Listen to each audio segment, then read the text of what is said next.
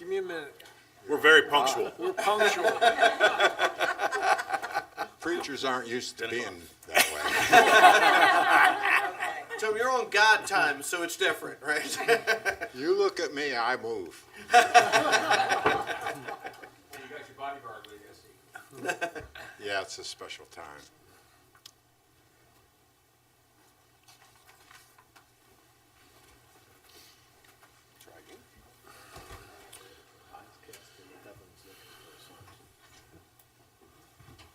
I gotta wait for the red light, so. Oh, rather. Okay. So the music will start being.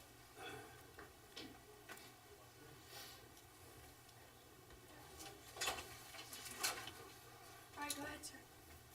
So, good morning, everybody, and we welcome you to the March 26, 2024 meeting of the Calvert County Board of Commissioners. At this time, I'd like to ask Pastor Kukuza if he would give us an invocation, please. Good morning. Like I mentioned, it's a great privilege to be here today, and we seriously pray for you guys.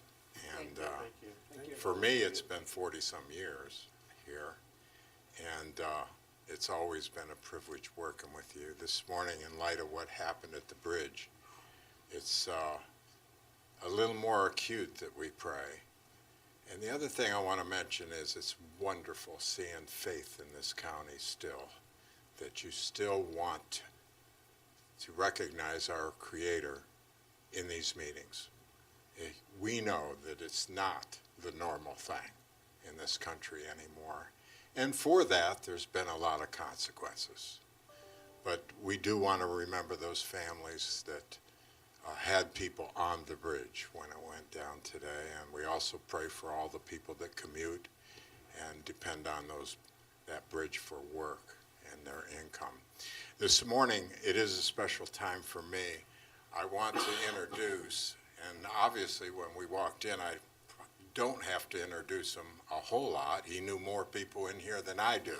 But this is Pastor Vince Williams. He's one of our pastors at the Crossroad. We have 6 or 7 pastors. I wanted to introduce him today. From time to time, he'll be here in place of myself or Bob Lee or one of the others. So he is a genuine pastor at the church. He also works with many, many pastors in the Tri-County area.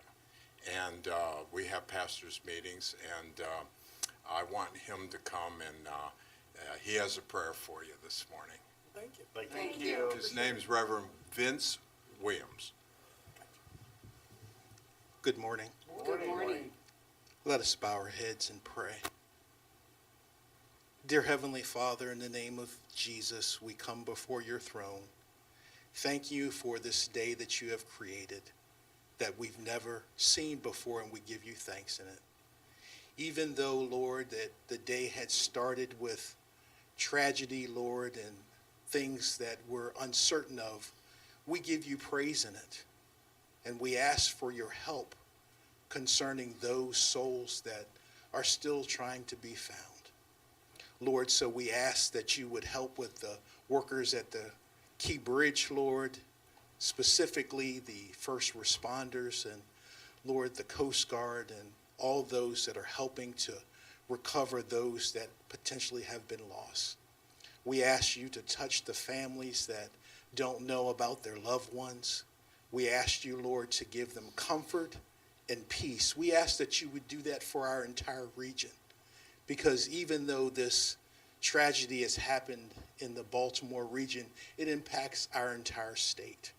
So, Lord, we ask, as Calvert County considers supporting what has happened, Lord, we ask that their decisions be guided by you. Lord, we ask that you would bless all that are here today. Lord, the residents, Lord, the commissioners, Lord, the county administrator, the assistant, Lord, all that have the important jobs for this county, to lead this county to where you would have us to be. Lord, we ask for your blessing upon every decision that is made today, every law that is spoken, every ordinance that is passed. We ask that it would bless you. We ask that you would bless the commissioners in all that concerns them personally. Specifically, Lord, if they have concerns with their health, we ask, Lord, that you would touch their bodies, that you would continue to give them good health, Lord, as they stand for this county and lead this county. Lord, we ask that you would continue to bless the residents of this county. Continue to let our county, Lord, be pleasing in your sight, to bring forth your name, to bring forth the presence of you, Lord, to let people know that this county is special because we serve you and that we love you. Lord, and as we come to the end of this week, if you see fit, Lord, we know that it's spring break, but let us also remember that this is Holy Week, that we come together thinking about what you've done for us. And we thank you, Lord, that you died and that you rose again so that we could have life even now and life eternal.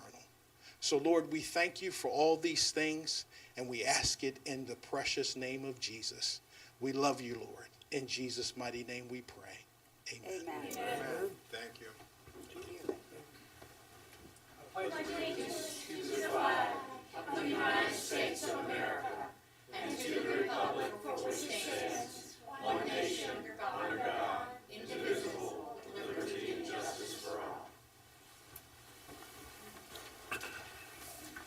Thank you, Reverend Weems. Appreciate it. Thank you. Thank you. Great Absolutely. prayer. Thank you. Thank you. Have a Thank blessed you. Easter.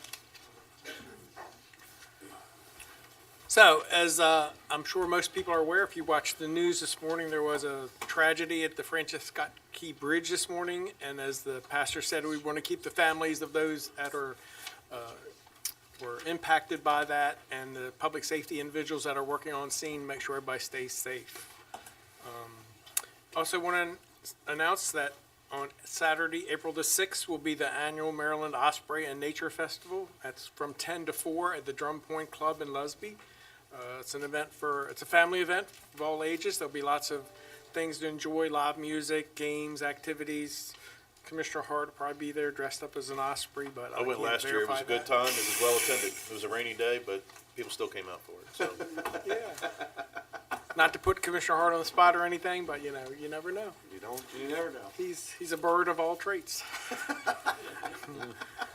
Also on March 29th is National Vietnam War Veterans Day, where we recognize those veterans that served the Vietnam War. And on this day in 1973, the United States Military Command, Vietnam was disestablished and the last U.S. combat troops left. So we want to thank all those veterans who served in that conflict and wish them well.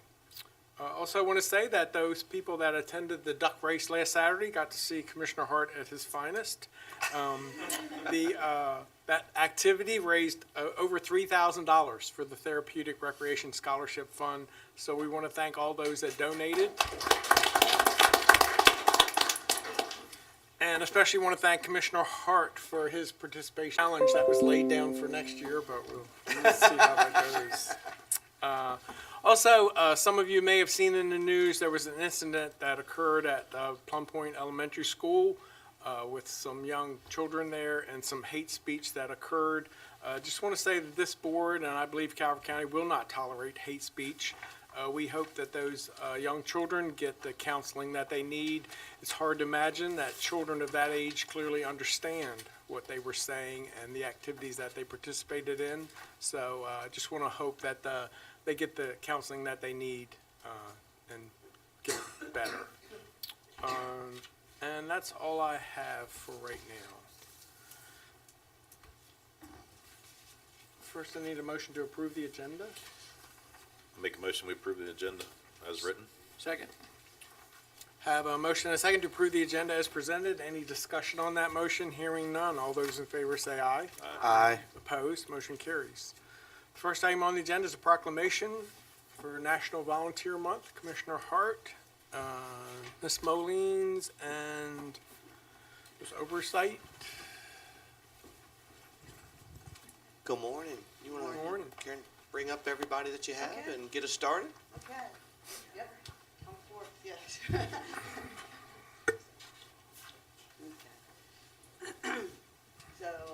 So do you want want them to just head straight up unless they want to? Introduce themselves, please. Okay. Yeah, so you can head up where Katie is. Say your name, say your name and what you do. Oh, to say the name. Oh, sorry. Sorry. We don't usually do this every day. So I'm Karen Molinas. I'm the Division Chief for Natural Resources and Parks and Recreation. And I'm here to acknowledge the efforts that our volunteer corps, which we call the Calvert Stewards, provides to the county. And just, the Calvert Stewards was established about 10 years ago, and this program provides an opportunity for the public to participate in education, research, and stewardship to support the overall missions of the Natural Resources Division and our nonprofit friends group, Calvert Nature Society. So this benefits both all the participants, volunteers, the parks, and the community as the Calvert Stewards use and develop their skills to form an environmentally aware community and become the environmental stewards of Calvert County. We also encourage youth and families to volunteer to create a pipeline of engaged citizens to continue their involvement in the parks into adulthood. And for the Calvert Stewards, some of which you'll meet soon, last year we had 108 volunteers contribute just about 6,000 hours of service. Wildlife rescue is one of our biggest volunteer programs that we have. Not only did they log hundreds of hours, they actually logged 36,000 miles, picking up injured and animals that need to be rescued and taking them to rehabilitators. So it's a really vital project that they are involved in. But I'll let the other Jesse Oberoi talk about the volunteers for the department, and we'll let the other volunteers introduce themselves. So thank you. Thank you. Good morning. Morning. Didn't know Karen was going to have a prepared speech, but my name's Jessie Obright. I'm the volunteer coordinator for Calvert County Parks and Recreation, and I am very excited that we have Volunteer Month coming up. Just this last year, Calvert County Parks and Rec had over 1,000 volunteers logging in about 10,500 hours, which is a value of $350,000. So as you can see, volunteerism is a huge resource within our county. I work interdivisionally within the county, so I work with not just natural resources, but also all of the other divisions, with parks, with recreation, with our sports coaches. I'm excited that we're going to be starting a volunteer youth mentoring program. I think you're going to hear a little bit more about that from Nate and Brenda. And so I'm really excited that our volunteer program is growing. And remember that Parks and Rec is only one department within the county that uses volunteers. All of our other departments also utilize them in some respect, as well as many Calvert County organizations. So thank you for recognizing this month. Good morning, Commissioner, staff. Nate Smith, Recreation Division Chief. Volunteers are absolutely vital to Parks and Recreation. We wouldn't have youth leagues without it. That's how I got started coaching, volunteering. Thousands every year. I'm coming up on 20 years, and I can't even tell you the number of volunteers that I've worked with, but I've made lifelong friendships out of that, and it's so important that these volunteers come to us and work with us. Jesse's doing a wonderful job streamlining the process for them. So this position's new, and I know that, our volunteer program's going to continue to grow, and we've got opportunities everywhere: parks, sports, natural resources. So I won't keep talking, but I thank you guys for the time, and volunteers, we thank you for everything you do. Thank you. Hi, I'm Karen Anderson. I've been volunteering with Calvert Stewards, so primarily the wildlife aspects of things, for at least 10 years, probably more. I'm also a master gardener and a master naturalist, so I do a lot of volunteer work. So really enjoy working with the Calvert Stewards program. Mike Carpenter, U.S. Fish and Wildlife Service, retired, and I've been working with Calvert Stewards the same length of time with Karen mostly with wildlife and wildlife management programs. I am Melanie Crowder. I volunteer with the Calvert County Master Gardeners and Watershed Stewards. In Chesapeake Beach, I volunteer with Seabox, which is Chesapeake Oyster Cultivation Society, and also the Green Team and the Tree Board. Hi, I'm Sue Alexander. I retired 5 years ago, and I am now the director of the Chesapeake Beach Oyster Cultivation Society, member of the Chesapeake Beach Green Team.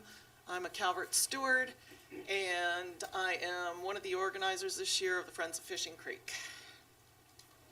Hi, Janet Metzger. I live in Chesapeake Beach, and I'm a part of the volunteers for the Sea Box. Thank you. Good morning. I am Brenda DiCarlo. I am the coordinator for the new Parks and Recs Youth Mentor Program, and we will be working with volunteers to help our youth in this community learn some character traits and to become a vital part of our community. Thank you.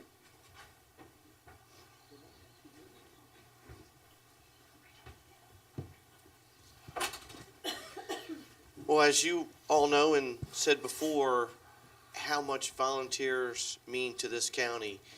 And I've said this many, many times before, that's our base. Nobody lived here.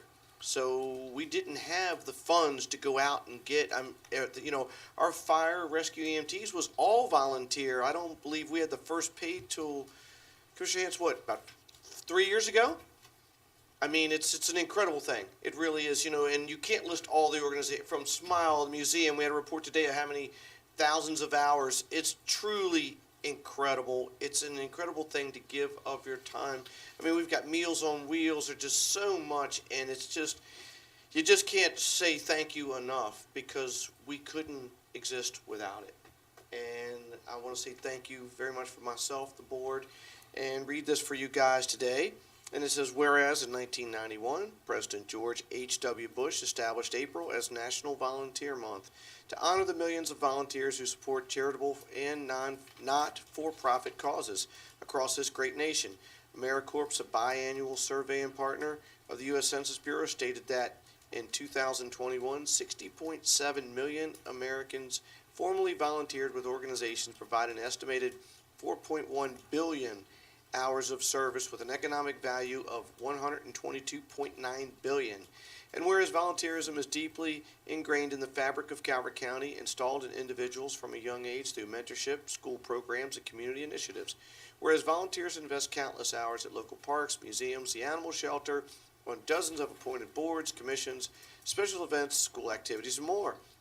Whereas the spirit of volunteerism transcends generations, with families passing down the baton of service from one generation to the next, creating a legacy of giving back and making a positive impact. Now therefore be it proclaimed by the Board of County Commissioners that April 2024 be observed as National Volunteer Month in Calvert County. Citizens are encouraged to volunteer with local organizations that benefit the well-being and prosperity of our Pleasant Peninsula, given under our hands and seal this 26th day of March 24, signed by all 5 commissioners. Thank you.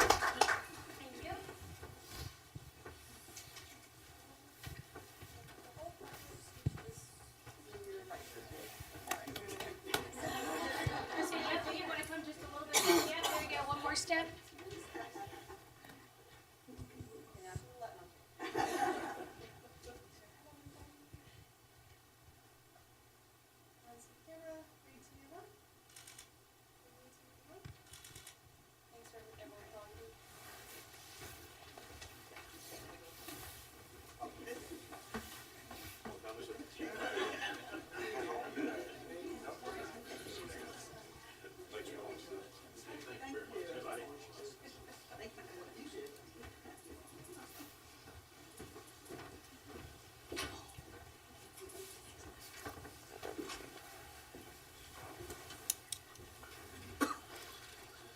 So next item on the agenda is a proclamation for Month of the Military Child. Commissioner Ireland. Mr. Temple, good morning. Good morning, everybody. Brandon Temple. I'm of Huntingtown in Calvert County, and I'm also the chairman of the Veterans Affairs Commission in Calvert County. First of all, I want to say thank you to the commissioners for, again, recognizing April as the Month of the Military Child. I'm here joined today with my beautiful daughter, Harper, who will be turning 6 in 2 days, so she's looking forward to that on Thursday. Happy birthday. Hey. Yes. So I want to do a few things. First, I want to acknowledge across our country all the military children, the military Gold Star children who've lost a parent overseas or in a military training accident, first and foremost. Second of all, I want to acknowledge my own children, Gavin, Aiden, and Harper here. Gavin got the worst of it. His first 18 years of life, I deployed overseas 10 times and spent a year in Korea, stationed on a remote tour without family presence. So he's often pretty jealous of Harper, who's only had to go through one deployment, and she was a baby when it happened, so she don't even remember it. Lastly, what I want to do is highlight some work that the Calvert County Veterans Affairs Commission is doing to help serve our military-connected students in the county. In 2022, the Maryland State Legislature passed the the Purple Star school designation. And what this does is it provides a designation to schools that go out of their way to help military-connected students. And we worked last year with the Board of Education, with Calvert County Public Schools, in getting some applications ready. And I'm proud to say that Mount Harmony Elementary School was the first school in the county to get so designated as a Purple Star school. So they are serving military-connected families. And what we're doing now is we're working with other principals, the Board of Education, Calvert County Public Schools, to take that model and spread it to the other schools so we can get, eventually in the next couple of years, 100% designated across Calvert County, which is our goal. And it's not just the public school system either. We're going to start working with Calverton, Cardinal Hickey Academy, and other schools in the county to get that Purple Star school designation. So thank you again, and thank you to all our military-connected and veteran families in the county. Brandon, thank you. You guys come on up. Hey, Pat. I'm Patricia McCoy, Vice Chairman of the Calvert County Veterans Affairs Commission. So I want to take this opportunity, Brandon, to thank you for your service, as well as anybody who has served or continues to serve our country to protect our freedoms. How many states has she lived in? She's only lived in 2. She's been the lucky one, but my other children have lived in 5. Okay. And as Brandon said, it definitely affects the kids as well as the parents and grandparents and everybody. Which you know. With that being said, I'm going to read the proclamation. Whereas the Month of the Military Child was established by former Defense Secretary Caspar Weinberger in 1986 to recognize the resilience, sacrifices, and unique experiences for which military children deserve recognition and honor. And whereas the families of our armed forces serve alongside their loved ones, often enduring separations and relocations that impact the lives of their children. And whereas military-connected children shoulder the burdens of service, facing unique challenges, including moving frequently and leaving friends, schools, and communities behind. And whereas military children demonstrate patriotism and support for their parents' service to our nation, and therefore it is fitting and proper to dedicate a month in their honor. Now therefore be it proclaimed by the Board of County Commissioners of Calvert County, Maryland, that April be known as the Month of the Military Child in Calvert County. Be it further proclaimed, the Board of County Commissioners call upon all Calvert County citizens to honor military children for their unique sacrifice in defense of our precious nation. Given under our hands and seal this 26th day of March, 2024.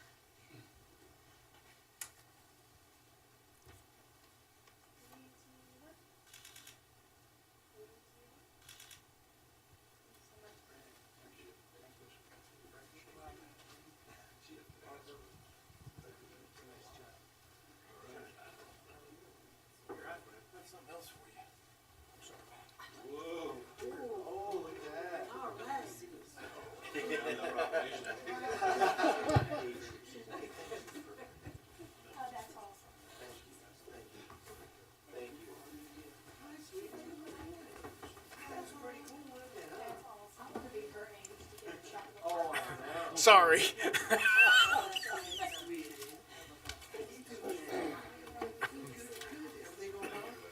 Thank you. Have a good day. Thank you. I heard it.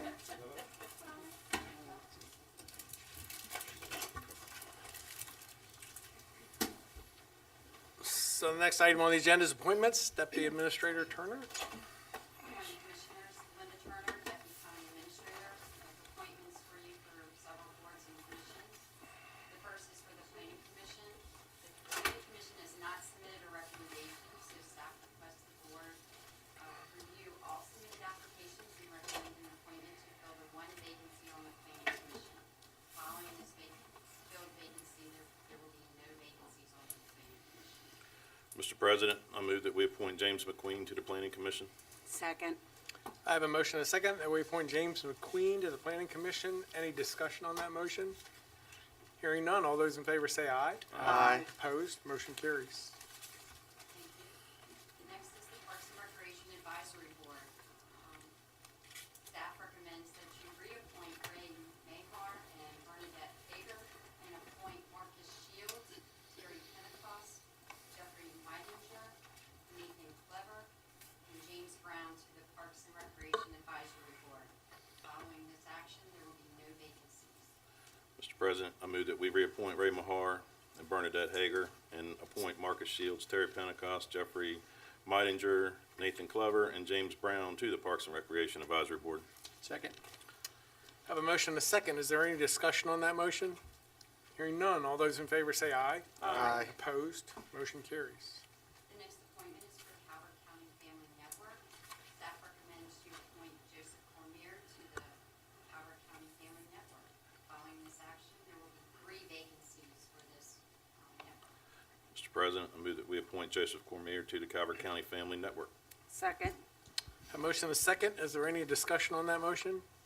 Hearing none, all those in favor say aye. Aye. Opposed, motion carries.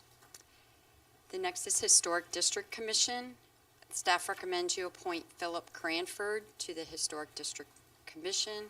Following this action, there will be no vacancies for this commission. Mr. President, I move that we appoint Philip Cranford to the Historic District Commission. Second. I have a motion and a second. Is there any discussion on that motion? Hearing none, all those in favor say aye. Aye. Opposed, motion carries. The Thank you. next appointment will be the Economic Development Advisory Commission. Staff recommends you reappoint Stacy Hahn Ruff to the Economic Development Advisory Commission. Following this action, there will be 2 vacancies remaining. Mr. President, I move that we reappoint Stacy Hahn Ruff to the Economic Development Advisory Commission. Second. I have a motion and a second. Is there any discussion on that motion? Hearing none, all those in favor say aye. Aye. Opposed, motion carries. Thank you. That concludes Thank you. the appointments. So the next item on the agenda is consent. There are several items under consent today. Department of Public Works, Maryland State Arts Council Grant. Item 2, Department of Public Safety 2023 Flood Mitigation Assistance Grant. Item 3, Department of Public Safety, New Singular Wireless PCS LLC Lease Agreement. Item 4, Department of Planning and Zoning Grant Application for National Non-Tidal Water Monitoring. Is there any objections to the items under consent? I have none. None. Could I have a motion to adopt, please? Make a motion to adopt and approve the consent agenda items. Second. I have a motion and a second. Is there any discussion on that motion? Hearing none, all those in favor say aye. Aye. Opposed, motion carries. We need a few moments. Stacy's here. We can move on to new business item 1. Office of the County Administrator, Anna Marie Sculpture Garden and Arts Center Master Plan Update. Ms. Ruff? That's good. Yep, right up front. He just walked in, so. Oh, good. Good timing. We planned that. I saw you look around and panic for a minute. Little ahead agenda, good thing I'm early. I'm normally not early. He was coming from Baltimore, so Baltimore came a little. I avoided the A beltway. little hectic this morning.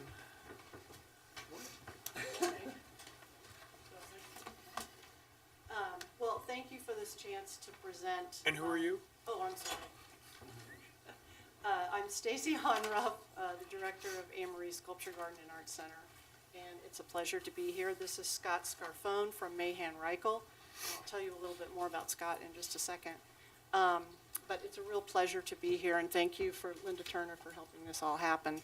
I think you all know that Amory Garden is a long-term partnership between Calvert County government and Circle, our two nonprofit organizations, and Circle and the Koenig Private Foundation. And some of our board members and staff are with us today in the back, so thank you everyone for coming. This is a 20-year partnership and counting, and I think it's been a very successful partnership. And looking forward to the next 10, 20, 30 years, we embarked upon a long-range planning process. And the two nonprofits did this together, and we approached the project as a whole, meaning, as you know, our campus consists of two properties. The main part of the campus is the 30 acres that belongs to Calvert County and the people of Calvert County, and was donated to the county in 1991 by Mr. and Mrs. Koenig. The other property is about 20 acres and sits right next door, and it is owned by the Koenig Private Foundation. And so this truly is a public-private endeavor and a true partnership. But when we undertook this long-range planning process, our goal was to really look at the two properties as a whole campus. We want them, looking forward, we want them to feel like one place. And so what you're going to hear today is a vision of that whole 50-acre campus. And about 18 months ago, we started this process, and the two boards working together, and we kicked it off with a series of public listening sessions. And to help and guide us through this process, we hired Mahan Reichel, and they're out of Baltimore, with Scott leading the way. And we also worked with GWWO, an architectural firm. And we started, as I said, we started this process with a series of public meetings. Some of you may have been at those. There were, we met with business partners, we met with tourism partners, we met with a lot of county staff, planning and zoning, general services, Parks and Rec. I think there were economic development, so there were quite a few people at those meetings. And then for the next 18 months, we've been doing dreaming, planning, scheming, and we just finished up the kind of bookended it with another series of public meetings in December. And the same thing, we invited the public back in to hear a shortened overview of this master plan. And a number of you in the room were also at that, those final public meetings. So Scott is going to give you a short overview. There is, of course, an enormous document behind all of this that will be available, but you're going to get the snapshot today. And if you have any questions at the end, I think between Scott and I that we can hopefully answer them. Scott is a landscape architect, and he and his very talented firm were integral to coming to this day and having a plan to present. So thank you again for your time. Thank you, Stacy. Good morning, Commissioners. Good morning. Good morning. It's a pleasure to be here. Sorry for the last-minute nature, but I made it. So anyway, so thank you. I appreciate you having us here. As Stacy mentioned, it has been a long process, which is typical. Just a brief snapshot about myself and my experience. I've been a landscape architect now for about 32 years. One of the things that I focus in my practice area is actually working with public gardens and arboreta. This is actually the 25th public garden that I've worked with across the U.S. and internationally. So I have a little bit of knowledge about not only working with gardens to help them understand their land and the opportunities, but also advising them on things like organizational structure, how to manage it, how to proceed with the visionary plan, because it's something that is a vision, right? It's not going to happen overnight. It could take 15, 20 years to realize, and it's going to take a lot of hard work and a lot of money. So a lot of those conversations happen throughout the planning process. So I'm going to give you a snapshot, if you'd humor me to let me kind of walk through it very briefly, and then I'll be glad to answer any questions once we get through the presentation. And let's see if I do this right. Oh, excellent. So some of you have seen this. This is essentially the garden's vision. I'm not going to read it, but it's very well known and very published. and it basically explains the relationship that the garden has with the properties and what its mission is. So a little bit about the purpose of the plan, just so we're all on the same page of what a plan like this is designed to accomplish over a period of time. And I'll just read it, so humor me. The purpose of the stated objective of the new and vibrant vision for the continued development and growth of Anne Marie Sculpture Garden and Arts Center is to develop a long-term, multi-phase campus master plan for the thoughtful expansion and sustainable development of the garden's grounds and facilities. The plan will provide a framework for future facility projects, programs, and other garden improvements that, over time, will create a beautiful and culturally rich campus dedicated to the intersection of art, culture, and nature. So it is indeed a plan, right? It's a vision. It's a roadmap, if you will. So the garden just doesn't make decisions haphazardly. It makes it in a very thoughtful manner. So as Stacy mentioned, a little bit about the process actually started in August of 22. There's sort of the outline. It is a very pragmatic process that we use, trying to engage as many of the constituents as we can to get feedback. We value the feedback. Everybody has different opinions, different thoughts, different ideas. But also, more importantly, we want the community to have ownership of this garden so they can participate to make it successful. So I apologize about, I'm not sure what happened when we have images there, but one of the things we do is actually what we call a tree map. And so as we go through and work with constituents, we give them opportunities in different capacities to share with us what their thoughts are. And what we do is one of the techniques we use is sort of lump them together and put this little diagram together. And we give this back to the community to show them, okay, you've all said this kind of independently. Now we're putting this all together to show you how the group and the team has shared their thoughts. And what it does is you start to see sort of rank ordered what the most important elements are of the constituency. And we use that as a guidepost in some of our planning principles. So these are the core objectives. I won't run through each one of these. I think you all have had the opportunity to run through this hopefully prior to this presentation. But once we went through sort of the process with the garden to understand sort of what their objectives were, their stated objectives as the process started, overlaid with the objectives that we received from the community, we then merged them to come up with a group of core objectives. And these were the elements that informed us as the designers in terms of how to move the plan forward and make recommendations as we go through the process. So overall, this is what the snapshot of the garden could look like at some point in time in the future. As Stacy mentioned and as the report mentioned, there are a variety of types of projects that are on this. Some of them are very significant. Some of them are very minor to continue to make continual upgrades to the garden. Some of them could be developed under annual capital expenses as the garden budgets for them. Some of them they're going to require significant fundraising efforts. And when I say fundraising, fundraising comes from a myriad of different sources, and I'll talk about that momentarily. So just real quickly going through some of the major projects that are identified. The first one, of course, is what we're calling the Waterfront Welcome Center. This really, whoops. Ooh. That's okay. This was really a driving aspect of the plan without getting into the nuances of the relationships of the two property owners and parcels, but this was something that was, I don't want to say required, but sort of the top of the wish list, but something that is part of the Koning parcel, right? This was something that was strongly desired. And so this was a driving element, a big driving element between the plan, is to try and find out how we can get the garden to have more of a focus on the water. Those of you that have been there right now, and while the garden is on the water, you don't really feel like it's on the water because you can't see it and there's not opportunities to take advantage of it. So with the Koning parcel, there was an opportunity with the view shed that looked right down St. John's Creek, was to really now present the garden as part of being on the water. And so when guests come to the garden now, their first experience will be the water.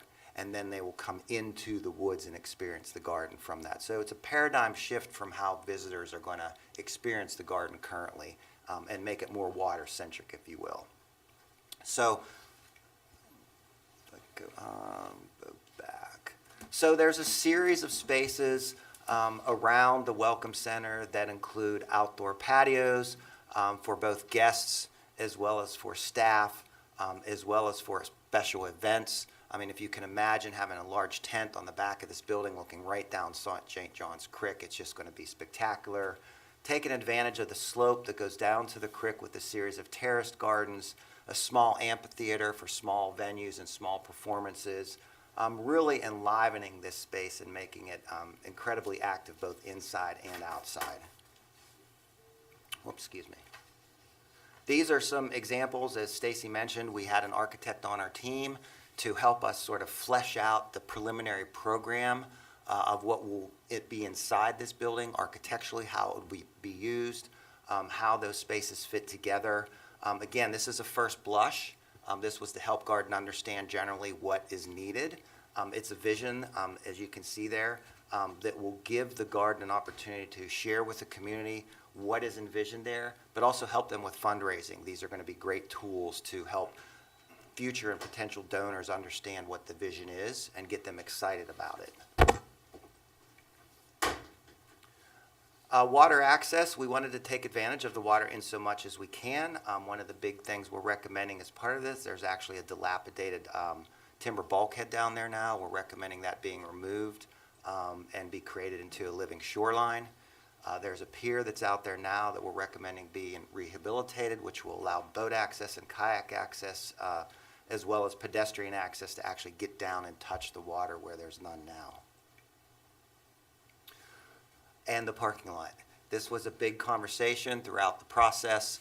Of course, if we're going to be having guests arrive, as many of you know, the Garden right now has some special events, Arts Fest, the lights, drawing a significant amount of people.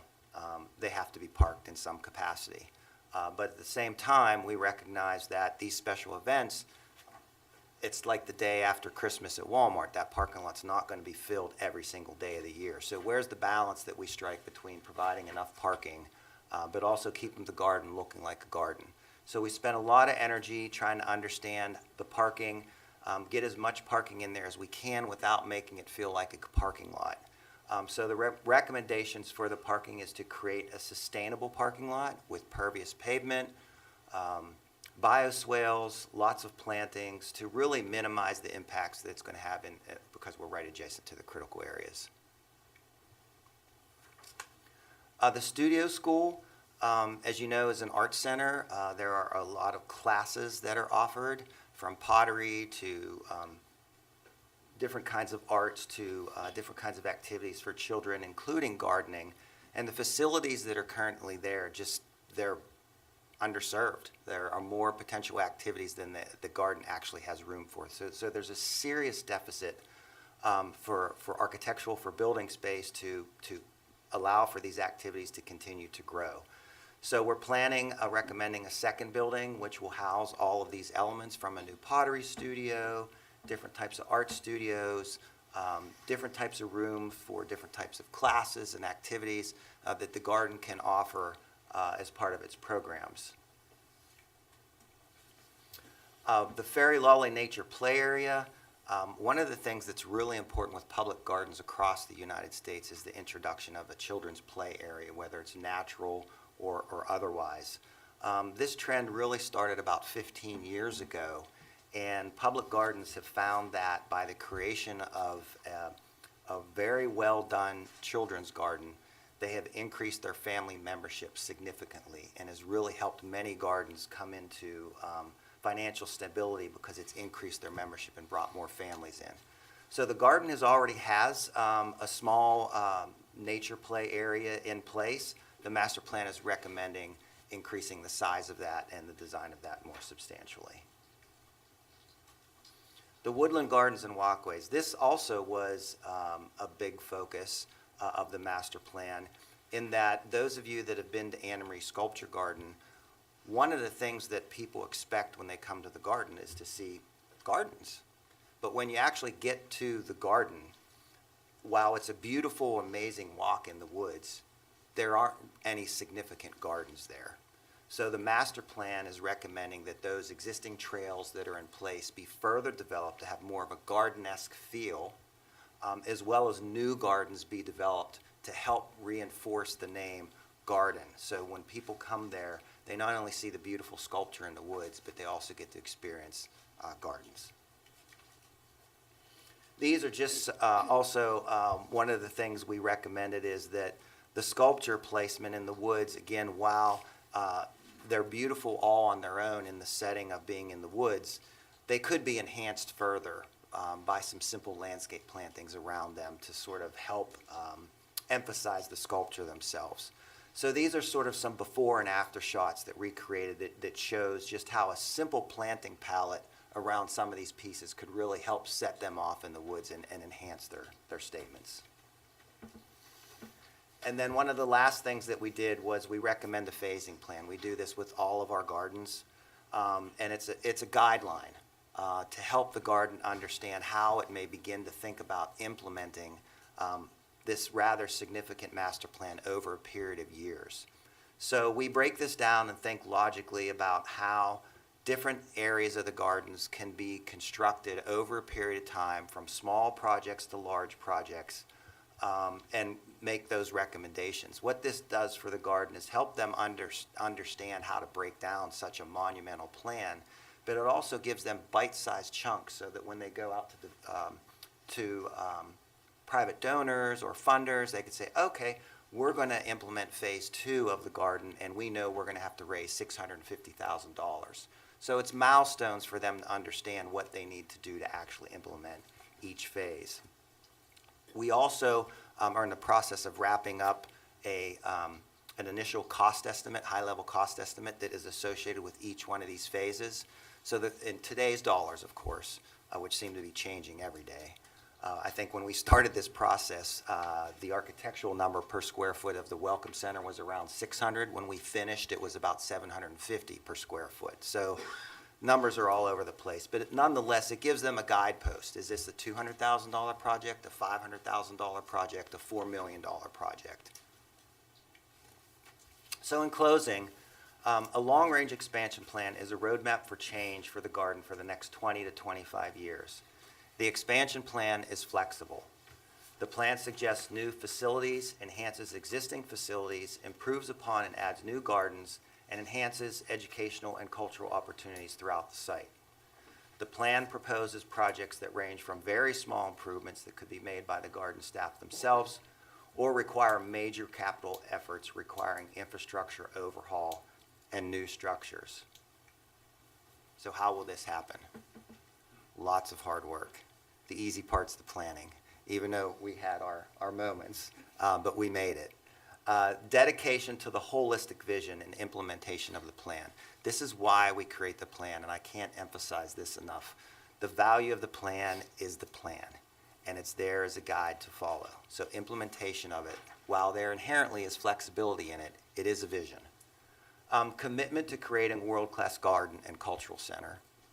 And that's going to require commitment from folks like you to support the garden, as well as private funders, and of course the garden's commitment to themselves. And funding from a variety of sources, right? This is going to be expensive over the long term. As I mentioned, some projects are going to be easy, some projects are going to be significant. And in our experience, the funding sources are all over. It's going to be grants, it's going to be private donors, it's going to be capital campaigns, it's going to be a variety of sources that each project gets their dollars from. So with that being said, thank you so much for your time. I appreciate it and honored to be presenting to the commissioners. And Stacy and I will be glad to answer any questions.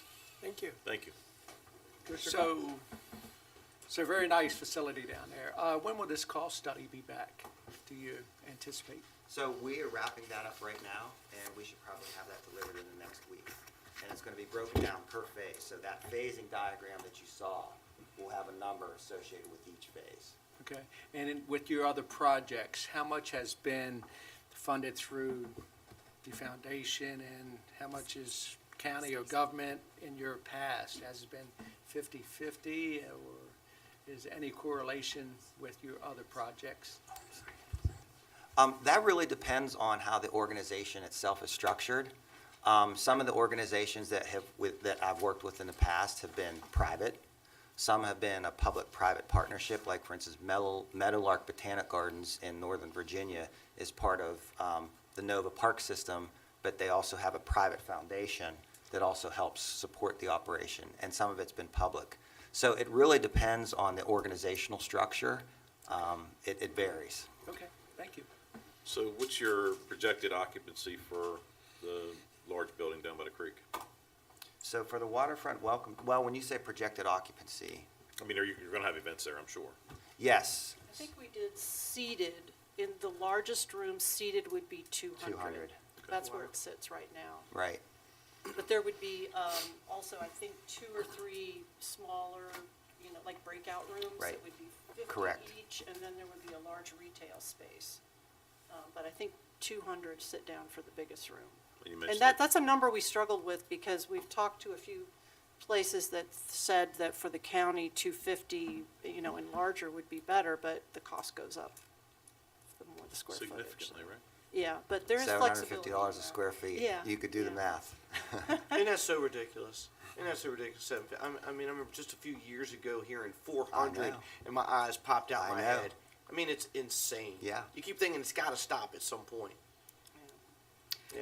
I mean, the meeting room, the main one, they're all, at some point we can tell you more details about it, but what I love about that space is the largest one and the 2 or 3 breakout rooms, they all open outside on the water side. So or they'll have a wooded view. So they're really, art in nature, the experience of the inside, outside is really fused. So I can tell you, it's going to be throw the doors open and a there you are. very unique facility. If it happens on that spot, it's going to be very unique to this county. And I would encourage the commissioners to think about how unique that will be. Being on the water right like that, it's pretty, I mean, when we get to work on projects that are on the water like that, I mean, that really jazzes us because, you don't get a lot of opportunities to do that, and people just, Yeah, it's a yeah. spectacular. It would be view. phenomenal. There's no doubt. I mean, the place is already gorgeous, and what you've done with it is incredible. I mean, just a little bit of space to work with now, it would be truly phenomenal for that. It would be a destination spot for people. it would be. This is my second time seeing this presentation, and I'm even more impressed. And I like that you're doing it in phases. You have 2 funding sources, Ann Circle and Koenig, and that's not something you'll be relying on. I know that. But when are you going to get started on fundraising with the capital project? And have you hired someone to help you with that? When do you hope to break ground and start to do phase 1 and have this vision become a reality? That was a bunch of questions. I so I'll know, try- I'm sorry. I had to say them before I forgot them. I'll try to remember them all. Okay, we do have a development director. Okay. Maria McDonald, who's been with us for a couple of years, and she's fabulous. We have a very active fundraising committee, and both of our boards are very involved in setting fundraising goals and working towards those. So that was one of your questions. The phasing issue, I do want to mention, the way we work it out, there's not, on that map, where he said this is the phasing map, there isn't like one of those phases is number 1 or number 2. It's more opportunistic, like, okay, there's a grant that we can apply for to go after that piece of it. There's a donor we know that wants to help with sculpture enhancement, so let's tackle that. The biggest piece on that phasing map is the building, the new yes. waterfront building. That's the Yes. biggest challenge. And that's gonna take a lot of work and a lot of planning. And it's gonna take a partnership with you, it's gonna take fundraising through private donors, through grants, state grants, maybe federal grants. I mean, that's a big one. But we're very excited about it, and I think there's a lot of momentum to work towards it, so I don't know when we're gonna, we also need to finish off some of the architectural plans too. Right now, I don't think we haven't drilled down to every single detail, but anyways, I'm sorry, I would love to start that one soon. Yes. But So the the concept is winding up because of the architectural plans. Is that your last challenge to get through? And then will you, when do you hope to start? No, let me back it up. Do you have, that's the architectural, this is the nuts and bolts, this is the vision. But do you have a strategic plan in place to help you accomplish what you're trying to accomplish? So can I Yeah. answer one part of that question and then turn it back to you about the strategic plan? So this is a master plan vision, right? It's a high-level look at things. So when the garden is actually ready to take on each specific project will then need to have its own specific design associated with it. So for instance, since we're talking about the Welcome Center, if then the Welcome Center is selected as the first project, or to start the first project, there's a whole design team that will need to be hired to do the architectural plans, to do the site designs, landscape architect, engineer. That site's going to need water and sewer run up from Dow Road. So there's a lot of engineering and design that'll need to happen before that can happen. So that can also be part of that phase, right? I mean, phase one could be development of the architectural plans, get those in place as you continue to fundraise for the balance of the project. So that's each project will have its own specific design effort in detail associated with it. What he said. But the strategic plan, that's another. Yeah, that is a different. I'll tell you, the parking lot's pretty impressive looking in your plan. Not only is it friendly to the environment, but it reminds me of something you see in Florida. That's what it reminded me of when I initially saw it, so. Yeah. It's good you're looking out for the creek down there. Oh, well, I mean, in everything that we've been doing, because we're completely in the critical area, we have to be stewards of both those properties, so, And we appreciate that. yeah. And we want it to we want it to be more accessible. That's one of the challenges we have right now. Our parking field is, like this, and it's mushy, so poses challenges. Did we touch upon most of your questions? Yes, I just, just having seen it twice, and like I said, I'm even more impressed this time. I'd like to know when you're going to get started, because it's such a gem in the county, and As soon this as you is write them a gonna- check. Oh, what? Right. Well, that's why I want to know the strategic stuff. I want to know how all the parts and pieces come together, because everything costs money. Yeah. Stacy, do you remember my first meeting with you guys?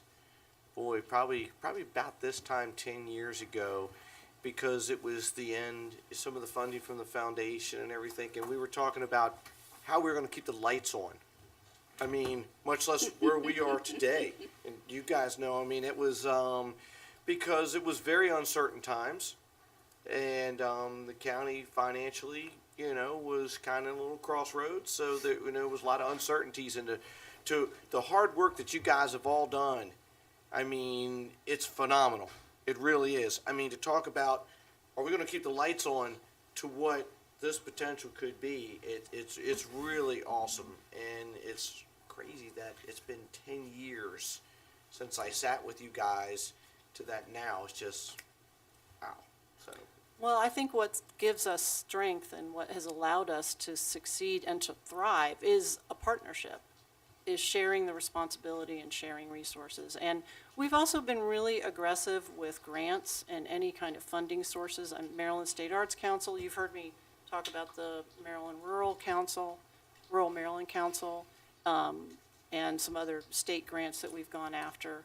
And our events have been really important. Events are that's what we're known for, and that's what drives our budget. Garden and Lights is critical to raising funds for everything that we do. So it's a little bit of everything. Our memberships, classes, diversifying income streams is critical for our organization. And we're really excited about this plan. I have a feeling we will be making progress on various aspects of that phasing. Joe Mudd, our grounds and horticulture manager, just ordered 5,000, I'm exaggerating, I don't remember how many ferns, to begin doing some enhancements around the sculpture. So we will be moving ahead on various phases, but the waterfront building that's the crown jewel in the plan. So, yeah. So how many people participated in the outreach program? You mean in the listening sessions? Mm-hmm. Oh, I don't know how many were in the I mean, there were probably 50 to 75 in the opening ones. 'Cause Yeah, there were- I mean, there were I would- there were like three or Yeah, I'd say that varies. I mean, the first set of listening sessions we had went over the course of 2 days. And as There were at Stacy least mentioned, 4 meetings, yeah, we had actually, now different that I think about it. constituencies in each one. I would guesstimate that over the course of that 2 days, maybe 125 people total showed up. I think in consecutive meetings, we probably had anywhere from 40 to 50 people that came. I don't know how much was on the internet. I could look. I could check it. Well, I was just trying to get a feel, because Yeah. sometimes we do these and you get a half a dozen people show Yeah, up. and- exactly. Oh, you no, know, we had pretty good turnout for all of Okay. them. And the closing meetings, there were 2 of them, and I don't remember how many were in each. of If 30 you them. had to 100 40 people a each day one. for 2 days, you did Yeah. really good. Yes, you did. Yeah. It Yeah. was crowded, the one I attended. Commissioner good. Hans will tell you, we've been to things that affect your personal wallet, and no one's in the room. Yeah. So, And then they complain. yeah, Yeah. So that's great. We even had our camp kids participating. Jamie, the deputy director, had camp kids drawing their vision for Amory Garden. So we had all ages. So you talked about we all know the walkways are all through the woods and enhancing the garden aspect. How do you grow stuff in the woods? Carefully. No, I think it's about selecting the right plant for the right place. Shade So, tolerant. Understanding that it's shade, a lot of that's dry shade. And so there's a certain plant palette that you utilize to do that. And there are examples, and we shared examples of different gardens around the country that do that successfully. So it's picking the right plant palette. I But it- farm and I need sunshine, so Yeah, I'm always right. interested in how you grow stuff in the dark. Yeah, so. well, certain plants, and if it's too dark, you can't. I mean, if it's too dark, you won't. And then you can look at opening up the canopy, thinning out, Careful the- how you cut a tree. I know, You'll trees bring 'em are out of the sacred. woodwork. I know. So what's the square footage of the Welcome Center? I think we are around 15,000 square feet. And we went back and forth on that because, right, it is a bit of a numbers game. It was a balance between the program, wanting what you want or needing what you need versus what the cost is going to be. I think at one point we did have it at 18,000 square feet. And then we realized after we started, I kept saying, $750 a square feet, you can do the math. I mean, and we went back and forth. So we landed on 15,000 square feet is what we thought was the right number. So it's a $10 or $11 million project. It's more than I that. was gonna say, I'm just everything- doing rough how many math. square Well, feet? that's just that's just for the building. So you did the good math for the building, That's but then gonna you take got a all the site really big work. fundraising campaign. It is. 250. So when you add all the site work on top of it, right? And then you gotta figure out operational costs. operations and then the gardens themselves. And I know the garden's been struggling, so just, Uh, because, I mean, I understand that, and we've had discussions about county participation. The reality is that, and I'm a realist, some people don't like that. But we have parks in our own county. Some are 40, 50 years old. We've never completed the master plans on those. And it's all about cost, and- Sure. And I know Stacy's gonna come knocking, want money, and I have projects in our own county parks that we can't afford to fund. So it's gonna be hard for us to write, a significant check for all you to do a project, and I have county parks beating on me because they have projects that can't get done because we say we can't afford it. So I just wanna be the realist in the room. And then the operational cost. I mean, to operate a building like that, you're gonna need staff, and all those costs that go along with that. So I would just encourage you to make sure when you're thinking them through this, it's not just building, it's maintaining that for the next 30 or 40 years. And where's that money coming from to keep the lights on every day? Because we struggle with that ourselves. They come in here and say, well, we need this building, it'll cost $1 million to build it. Well, what's it gonna cost? Oh, it might cost $1 million to operate it. So, we always ask that question, what's it gonna cost to maintain that building? Because it's not just building it. And Commissioner Hans brings up a great point, because it is the true cost of doing business, but the good opportunity we have here is we actually have a vehicle that could be a funding source. But it's identifying how much, and I think part of that plan, we see it growing. And I don't know, through, through memberships and booking out things, what have you, but that, like you see all these bridges that get built, you go, how? Well, they're toll bridges.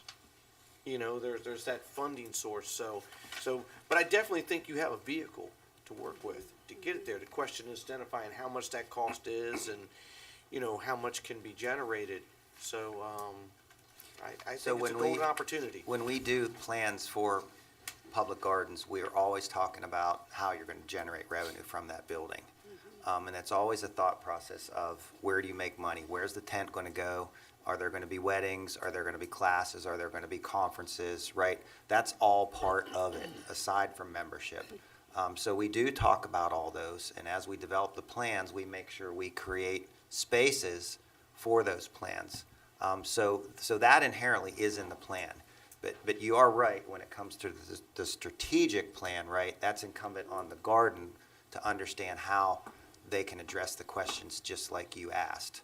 But that has been discussed and is part of the plan, but the plan does not list out, it's not a strategic plan in the sense that you were describing. Because you have to have an economic component, but then whenever you do that, you block out public access. So then it's a balance of providing public access And there are financial ways to do that where you can have special events and still let the public come in. There are ways to do it where you actually need to close the facility.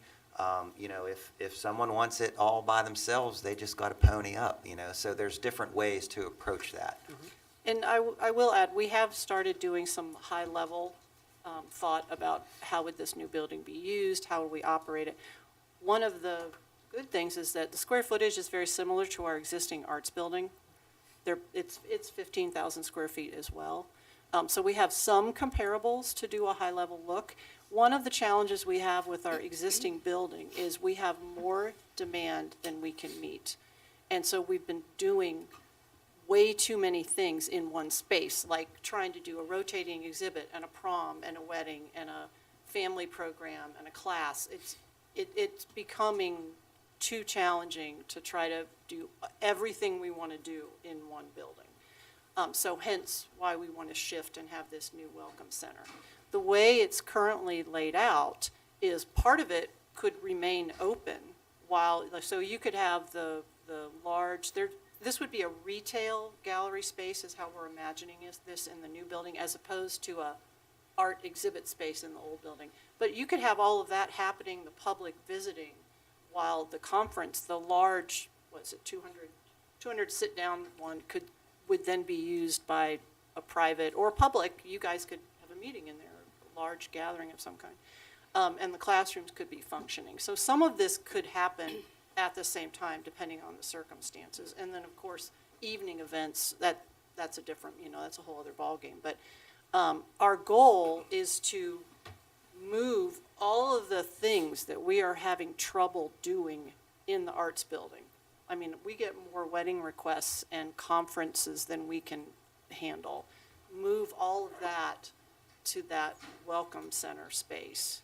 Or rethink, you know what I mean, rethink what happens in each building. So, but the new welcome center, the goal is that it be I don't know if I should say enterprise zone, but you know what I mean, that it could be self-sustaining. provide an opportunity to do Yeah, that. yeah, exactly. But we are sensitive to all of the things that you're talking about. Because you're going to double your operating cost. Right, and I'm glad you brought up Gotta recoup retail, that. Stacy. How much space are you dedicating? What's your vision of retail? I can't remember how much retail space is in it right now. And these I numbers are all. don't have that movable. number off the top of my head. I want to say like 1,200 square feet. It was like a gift shop, welcome shop in Yeah, the front. and Sort it of would like at the focus Marine on, Museum? Excuse me? Sort of like what's at the Marine Museum? no, different from that. We already have a small gift shop in the arts Oh, you want a bigger one? in the arts building. We want to have a gallery/retail space that's focuses on Maryland artists.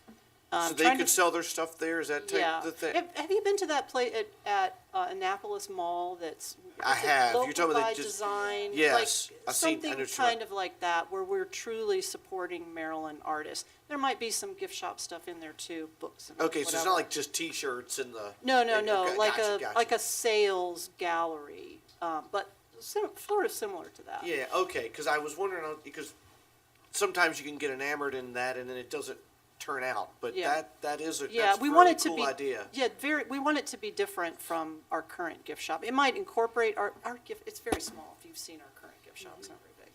We want a large space to really be a powerhouse of tourist attraction. I mean, if you've been to You buy all year, I mean, it's Christmas Yeah. time, things of that nature, Yeah. something different, Yeah. I think it's a good idea. So these are the high level thoughts and plans. But, Well, your strategic plan is going to be key, definitely.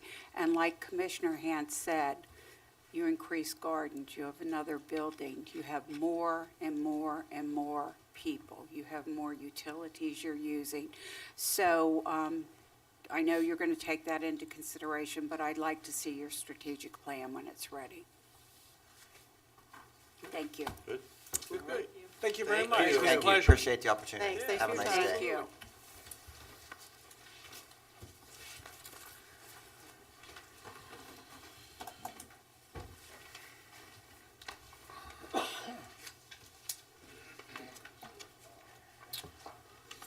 So now we can go back to our public hearings. We have 3 scheduled today. The first one is Department of Public Safety, amending Chapter 95 to include, enforcement of CARES law. Morning. Morning.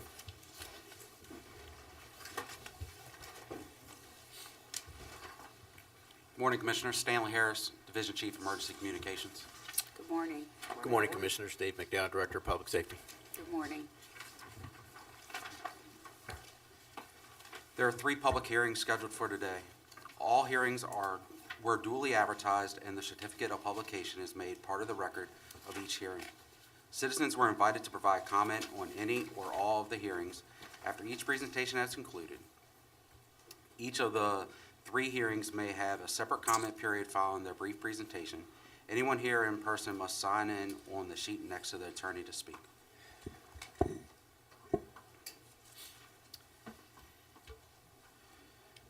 So amending Chapter 95 to include enforcement of Carey's Law. Background: Carey's Law was enacted by Congress in 2018 following the tragic death of Carey Hunt, who was killed by her estranged husband on December 1st, 2013, in a Texas motel bathroom. Hunt's daughter attempted to dial 911 4 times without success, as she was unaware that the hotel telephone system required dialing an additional access digit 9 to reach an outside line. Maryland Public Safety Code 1-314 mandates that multiple line telephone systems connect directly to a public safety answering point, or PSAP, without necessitating the user to dial any supplementary numbers. Additionally, the enforcement and PSAP certification of compliance are integral aspects of the code. Discussion.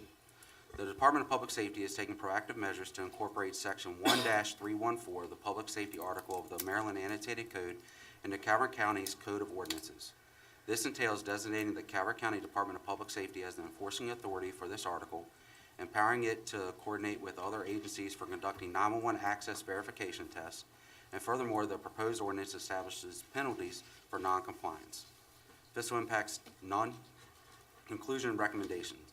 Staff recommends the Board of County Commissioners conduct the public hearing and, if appropriate, based upon the record, approve and adopt the proposed ordinance amending Chapter 95 to include the enforcement of Carey's Law.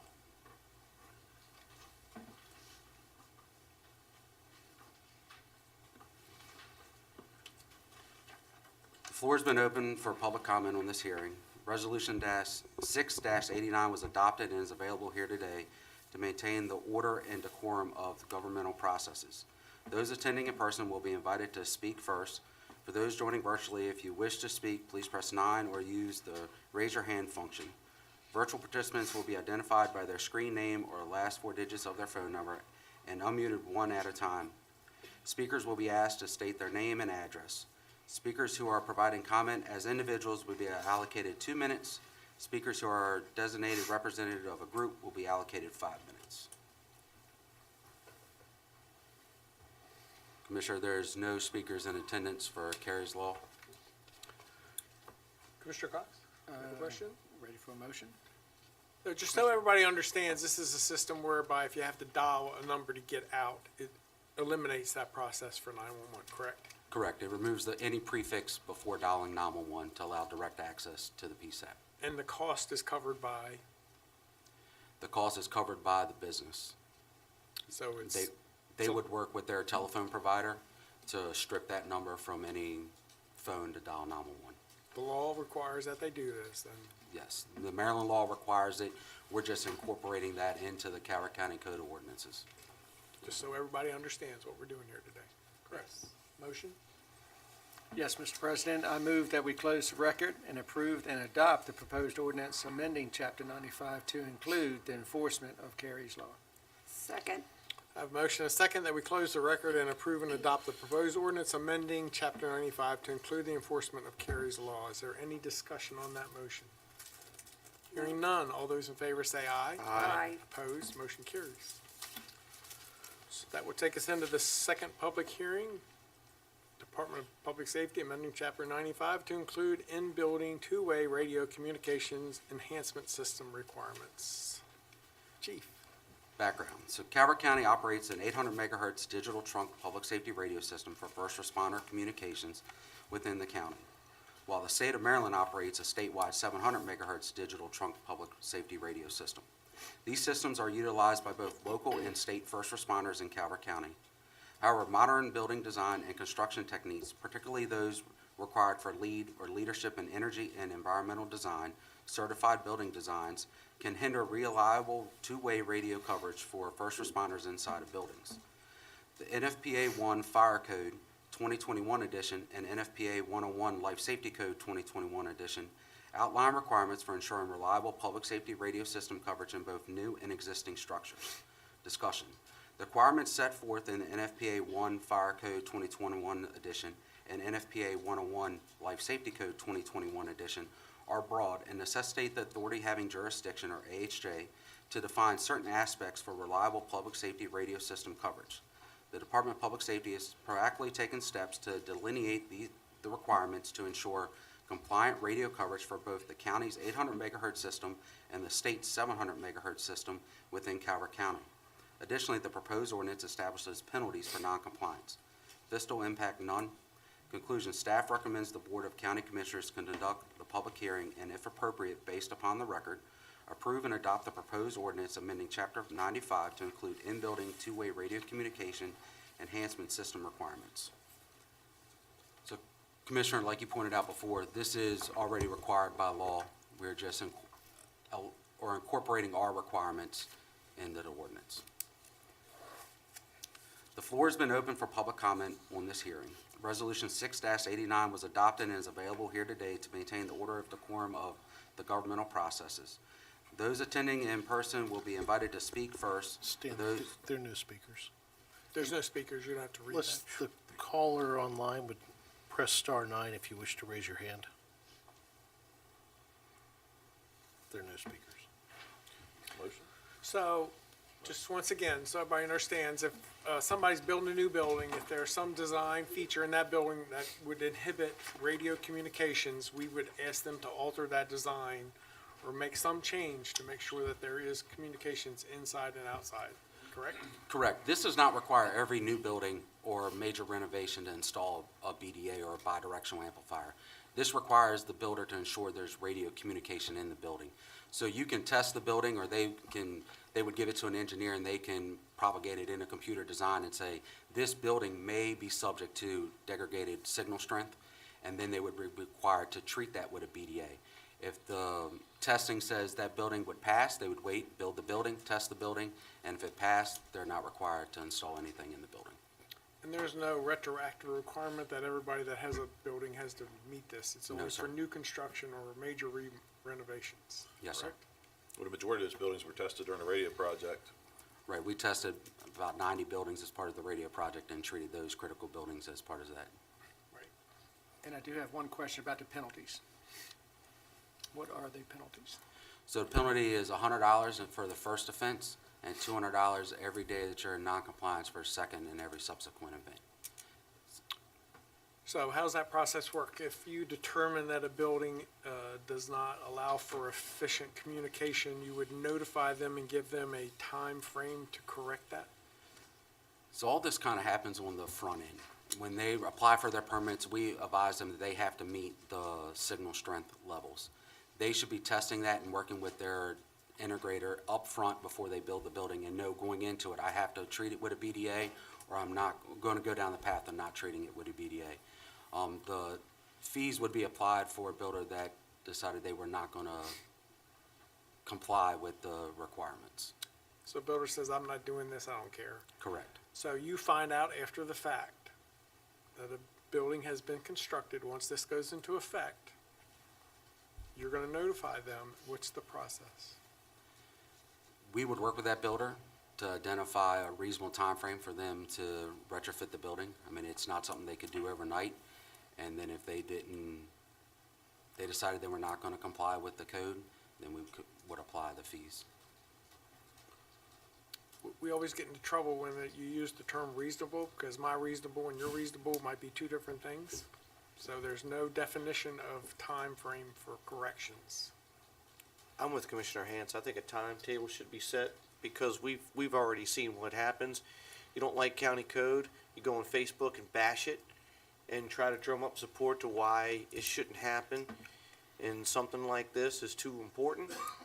You know, it's could be the life or death of somebody, and not something you play games with. So there's especially on a new build, there's no reason that this being code that it should get the media play. So there should be some type of parameters, some reasonable parameters. It's got to be part of the inspection process. Right. Well, my concern was you put one of these systems in there and it doesn't work.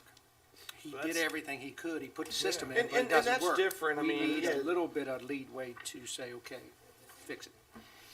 But what I'm talking about is just the blatant no. Right. When somebody says, I'm not doing it, you know, and this isn't just some overreach, this is for safety. I mean, Would be helpful if we define, because my reasonable might be 5 years. Your reasonable might not be 5 years. And so, that's the only concern that we have is when you allow, Specific time. we want to be flexible, but once again, you can be flexible until we're all dead and gone. Understood. So, if you can figure that out, that would be helpful. Okay. Yes. Is there a motion? I move that we close the record and approve and adopt the proposed ordinance amending Chapter 95 to include in-building two-way radio communications enhancement system requirements, as well as work on a timeline for that to take place, working with inspections and permits. Second. Motion second that we close the record and approve and adopt the proposed ordinance amending Chapter 95 to include in-building two-way radio communications enhancement system requirements, and that we define the timelines for corrections. I think the attorney has, Yes, Commissioners, I took as instruction that we develop an administrative procedure for enforcement that would include timelines, specific timelines. Thank you. any other discussion? Hearing none, all those in favor say aye. Aye. Opposed, motion carries. That brings us to our third and final public hearing, Department of Public Safety, State of Maryland 911 surcharge. Chief. Background. Telecommunications service providers offering 911 accessible service in Maryland are mandated to collect a 911 surcharge fee for each subscriber. In 2003, Maryland enacted House Bill 780 to bolster the 911 Trust Fund, augmenting services for wireless callers. This legislation increased the state monthly fee from 10 cents to 25 cents, with counties empowered to adjust their local charge to 75 cents. Until 2019, the fee stood at $1 per phone account in Maryland. In 2019, the General Assembly passed Carl Henn's Law, implementing recommendations from the Commission to Advance Next Generation 911 across Maryland. This included a fee increase for 911 services, as existing revenues covered only about 40% of actual cost. Instead of the previous $1 per phone bill, the new structure charges $1.25 per phone line, thereby raising the state's portion of the surcharge 25 cents and encompassing mobile phone accounts with multiple numbers. Carl Henn's Law also enabled counties to increase the county portion of the surcharge from 75 cents to a maximum of $2.25 per subscriber. Since 2003, it is pertinent to highlight that the county portion of the surcharge has remained constant at 75 cents. Discussion. The county portion of the 911 surcharge supports various aspects of the 911 operating budget, including employee salaries, training, technological enhancements, and other operational costs. However, current county allocation falls short of covering eligible expenses.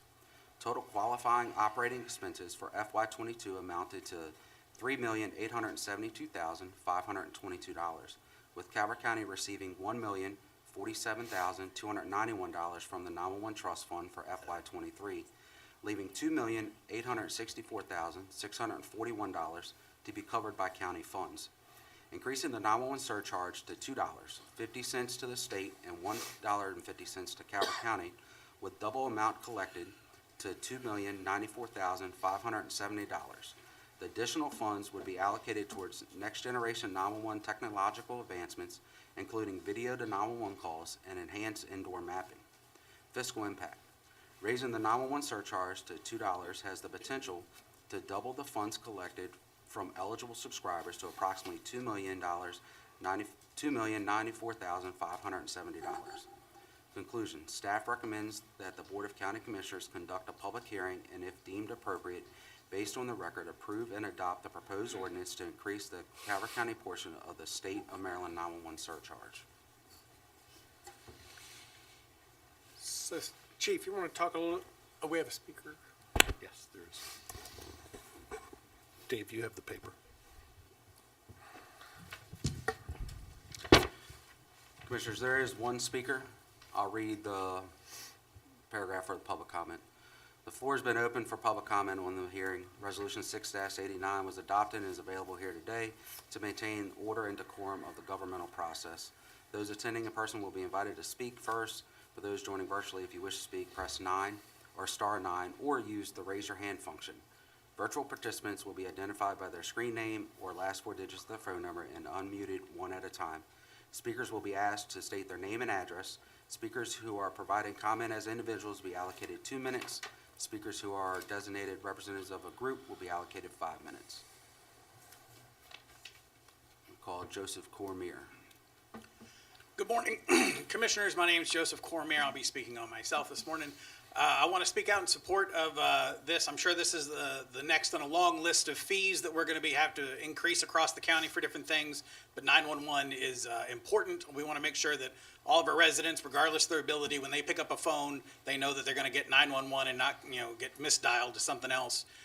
It's important that we educate our employers across the county, so like the hospital or the school system where they might have 10, 15, 30 phone lines in a building, that we make sure that those phone lines are being used effectively and they're not just sitting there for good use sometimes. So we want to make sure that if there are 30 phone lines assigned to a school building or a hospital wing, that they're being used and we're not just racking fees up for no good reason. I hope that you will vote in favor of this, and I appreciate all the work you do. Our public safety teams are the best there is. Thank you so much. Thank you. Thank you. And the caller has not raised their hand, so that's the only public comment. So Chief, you talked about money being used for new technology. You want to talk a little bit about what those enhancements really mean to the? Sure. So the next generation 911 and improved the 911 phone system. It took us from the copper lines to an IP phone system. That brought us text to 911. Well, the next evolution in that is video to 911.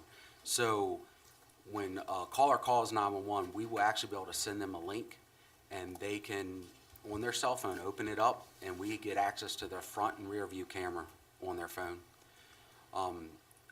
I see that pertinent for example, a house fire. We can tell a caller, all right, I'm going to send you this link, open it up, I want you to point it to the house fire. I now can take that link and I can send it to the front seat of the fire truck. So as they're going en route to that, the firefighters are going en route to that scene, they can start looking at that and start making tactical decisions based on the color of the smoke or what they're seeing on the actual phone. Also, we take a lot of our calls where we provide CPR instructions over the phone, and we're relying on the people that are there to ensure that they're doing CPR correctly.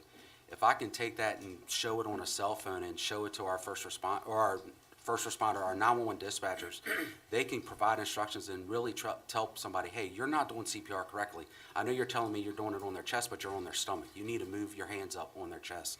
So I see that advancement helping the citizens when they call 911 to get the actual instructions that they need and the correct instructions. Well, they could be able to see symptoms and Right. be able to prioritize the call based on what they see through the phone too. 'Cause Correct. a lot of times patients aren't able to really talk about what their symptoms are and properly describe it, so. And, you know, it also applies to law enforcement.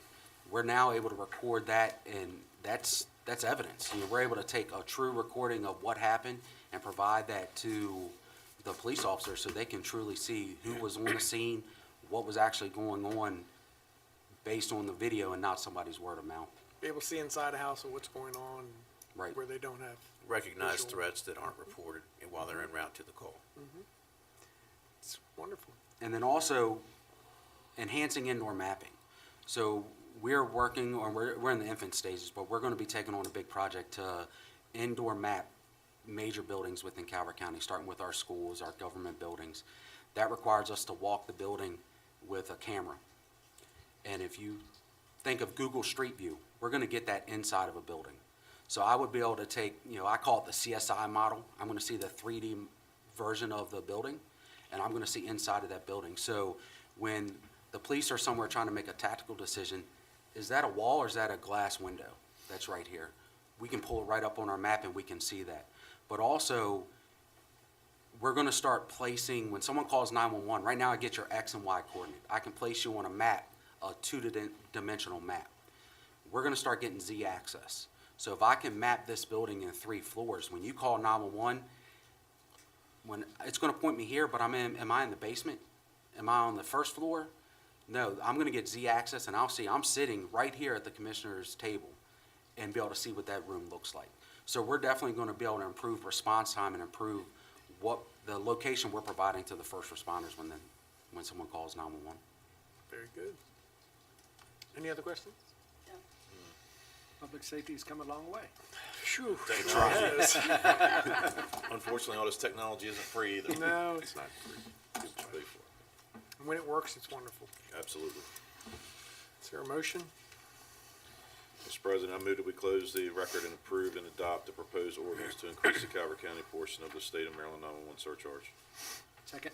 I have a motion and second that we close the record, approve and adopt the proposed ordinance to increase the Calvert County portion of the state of Maryland 911 surcharge. Is there any discussion on that motion?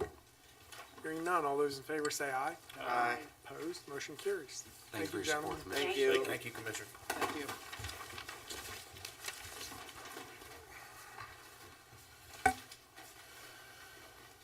I believe that brings us to public comment. Mr. County Thank you, Attorney? sir. Thank you, sir. The board adopted a resolution in 1989 intending to maintain the order and decorum of the governmental process. A copy is found here to my right. Persons are welcome to address the Board of County Commissioners on any matter germane to the business of the county government. Those addressing the board shall not be uncivil, rude, vulgar, profane, or otherwise disruptive to the conduct of the board's business. All speakers must identify themselves, and whether speaking as an individual will be allocated 2 minutes, or as the appointed spokesperson of a group will be allocated 5. For those attending virtually, if you wish to speak, please press *9. They just hung up. The Ethics Commission has asked that we remind speakers of public comment that lobbyists include those who seek to influence public policy, and lobbyists must register in advance. So anybody in the room, please walk to the microphone.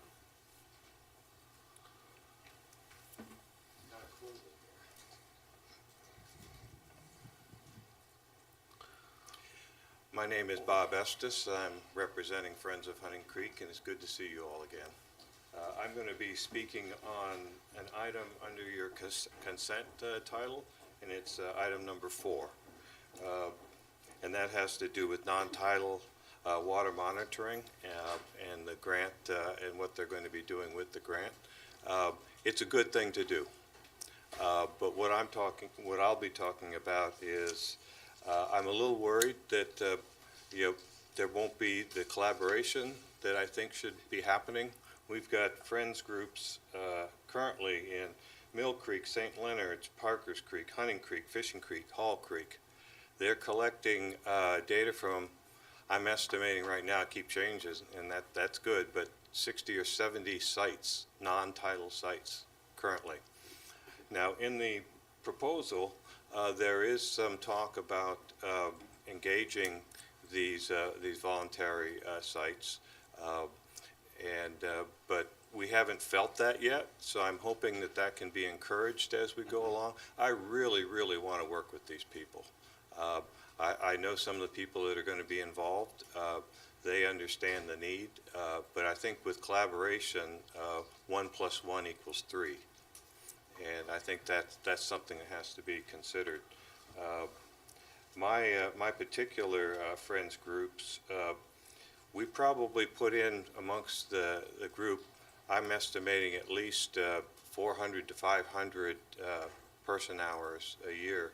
I personally have put in 110 hours since January, and that's working on reports and various other things. So it's not a trivial thing that we can offer. And we do testing for both nitrogen and phosphorus compounds, you all know that, but we're also doing quarterly testing that includes things like temperature, turbidity, conductivity, dissolved oxygen, and soon we'll also be doing pH. This is real science, and while I'm not a scientist, I am an engineer, and I am trained in processes and adapting to whatever test is required. And like I say, you already know about Dr. Clauda. He's world class, so he knows what he's doing as well. So there's no real worry that the other groups, maybe they're not blessed with a PhD, but we're completely backed by Chesapeake Biological Lab.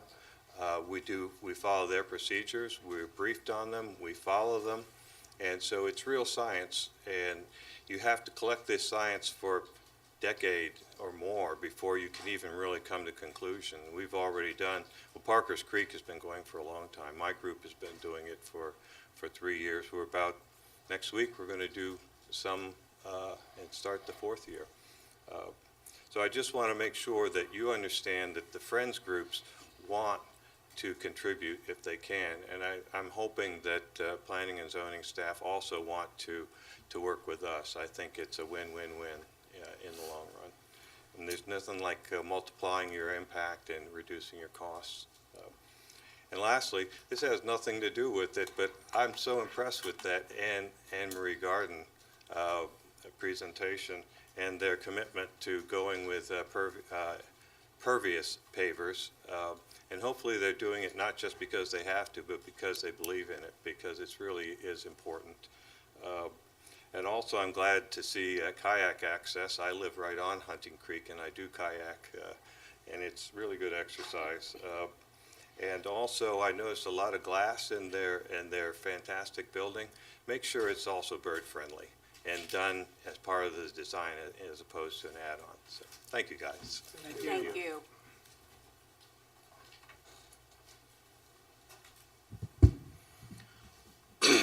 Good morning, Commissioners. My name is Joseph Cormier. First, thank you for the appointment this morning. I look forward to serving my county in whatever manner the Commissioners see fit. Commissioners, it's been a week. If we knew about the funding cut in January, where's MACO been? Where's our delegation to help file a bill? Are they going to fight for us in the BRFA, the Budget Reconciliation Finance Act? Where's ESTAT at?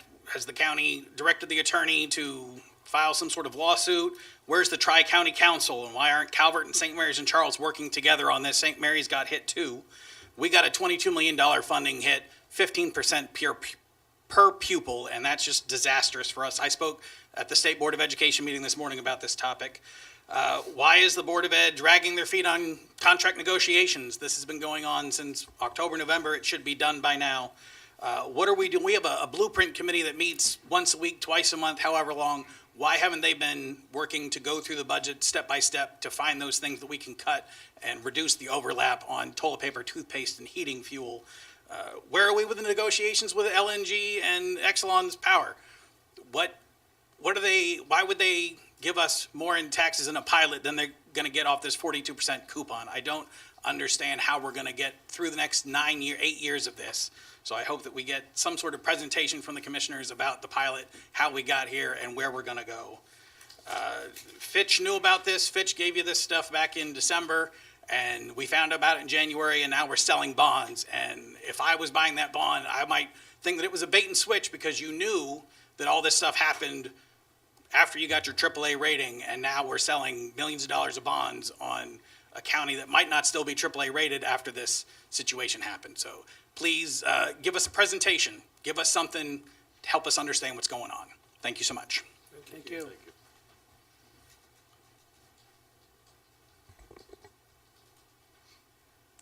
Good morning, Commissioners. Good morning. Good morning, good morning. My name is Brian Griffin. I'm the owner of Griff's Elite Sports Performance, DBA, MMG Sportsplex, which some of you guys have probably heard about. So we went to, I got a little note here prepared today. We went to the Planning Commission February 21st to get approval for our use to open an indoor turf field building as soon as possible while other issues got resolved with building number 2 there. It was a simple plan to open the building, with a restroom trailer until that bigger building got complete. Now, yet planning and zoning, we've gone through 3 different revisions now, and with comments, and this turf field building has been ready for almost 3 months now, and we just keep going back and forth, with really no finish line, in sight. So myself and Mr. Skaggs, worked very hard. We spent a ton of money on this building. We could obviously done a lot different things with this building that, were more profitable, but we really wanted to do something great for the community here. My passion living in Calvert County, for all my life has been to help the kids of the county, of all different, sports and recreation. And that's continued to be my passion. And, I even work for the school system now. I've helped out with Northern High School basketball. And it's just, parents are continuing to drive Montgomery County, Howard County, Northern Virginia to get this type of indoor facility to where their kids on sports teams, both schools and rec teams, travel teams alike, can now have a place to practice, to play. And it's just unfortunate that, Calvert County residents continue to spend their dollars outside of the county when they could be here in the county spending their dollars. Please and wrap their up your time. comments. I'm sorry? Your time's up. Would you please Time. wrap up? Yes. So, in closing, I just respectfully ask that, we get to the finish line here with planning and zoning, that you provide some sort of help, whatever you can do, to get us over the finish line, to at least get this turf field building open. I really, really appreciate your time. Thank you so much. Thank you. Thank you.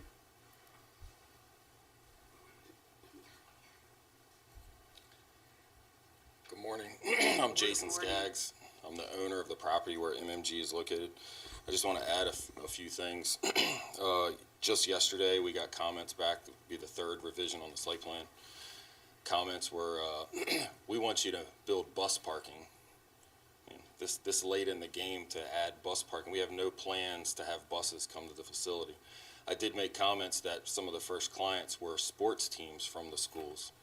But we're talking about off-season practice or extra practice. Me or him, neither of us have any contracts directly with the school systems where they're going to be bringing buses here. One of the other comments from yesterday is a whole slew of permits that they want me to get on the portable restroom trailer.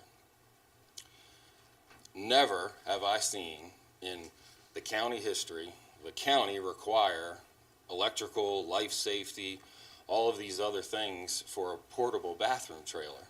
I mean, these things are built to RV standards. You park them, you don't erect them. Yet they're trying to require me to provide permits as if this was something that I built on the site. We've all seen these trailers. They get used for weddings, outdoor events. Sometimes the county uses them.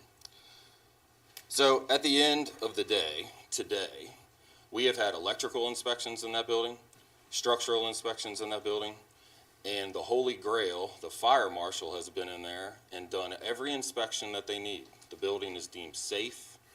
The site is safe. There is no public need for any further drama with the permit on this thing. And it's not just about keeping the money in the county. This facility saves 3 to 4 hours of parents' lives every day. Because right now, the bulk of the parents are taking their kids to Crofton, Northern Virginia, or Waldorf. So that's all we're trying to fight here for, is to get this thing open so we can move forward, hopefully get the other building open as soon as possible. But there's no public need for any more drama with this. So I just ask you to please instruct planning and zoning to let us open this facility. Thank you. Thank you.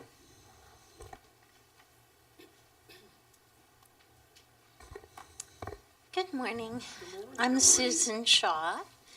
I have a little bit of a unique perspective, I think, having sat in your seat for 12 years. I wanted to start out by complimenting you because I think you're doing a very good job. And I actually am very impressed that this is a better board than the last couple of boards. So, and I know you have some really significant funding challenges coming up. The Calvert Community Foundation can help you by helping nonprofits be successful instead of using government money. And I hope you'll take advantage of that. That's number one. I'm a senior citizen, and I love the senior center in North Beach. It's a very busy place until about 3:30 in the afternoon, when it closes at 4. But what I think there's a failure to understand is that a lot of senior citizens are employed, and they cannot get there during those hours. The building is being heated and air conditioned, and all those things are being provided for a building that's getting very little utilization. And I'm sure it's true with the other senior centers. I don't understand why the staff's hours couldn't be altered so that everybody didn't have to be there at the same time and that those buildings couldn't be kept open. The fitness center is extremely popular, very popular. But somebody who's working can't take advantage of that. So what's really going on is the senior centers are being disproportionately used by a demographic that has more money, whereas the demographic that has less money is less able to use those public resources. And that seems extremely unfair to me. And I know Please. money is very tight, but I know I'm running out of time. You're out of time. We're going to give her some executive privilege. Thank you. I don't have Thank you that for the authority. executive privilege. So, so I think there are creative ways to do it, is what I'm saying. And it might even involve utilizing volunteers that pass some kind of little test to be able to close the building or something like that. One of the things that I struggled with as a county commissioner, and it's really bothering me now, are decrepit buildings that are actually dangerous to public safety. And a particular one is an old apartment building on Mount Harmony Lane. It was actually a black apartment building. I don't know if any of you remember Richard McMillan. He was the reporter here for one of the independent newspaper. And he told me he grew up living in that building.